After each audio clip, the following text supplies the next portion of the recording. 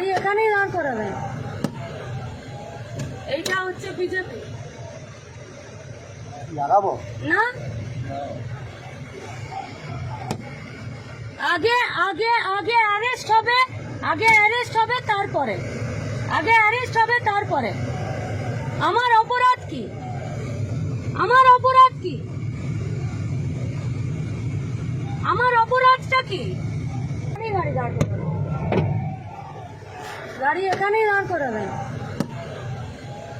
এইটা হচ্ছে বিজেপি লাগাবো না। আগে আগে আগে অ্যারেস্ট হবে, তারপরে আমার অপরাধ কি? আমার অপরাধটা কি?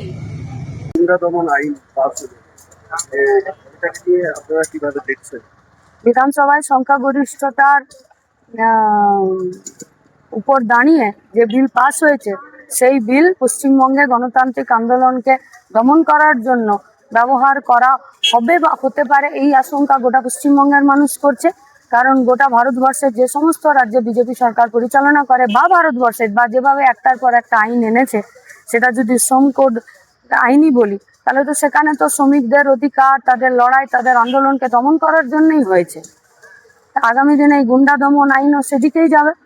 কাকে গুন্ডা এখন ঠাউরাবে, কাকে গুন্ডা আখ্যায়িত করবে, কাকে গুন্ডা বলে কার গায়ে কি ট্যাগ লাগাবে, সেটাই তো হচ্ছে আসল কথা। তারপর গুন্ডা বলে যে ট্যাগ হয়ে গেল, যে যার গায়ে পড়ে গেল যে গুন্ডা, তারপরে তার দমন হয়ে যাবে।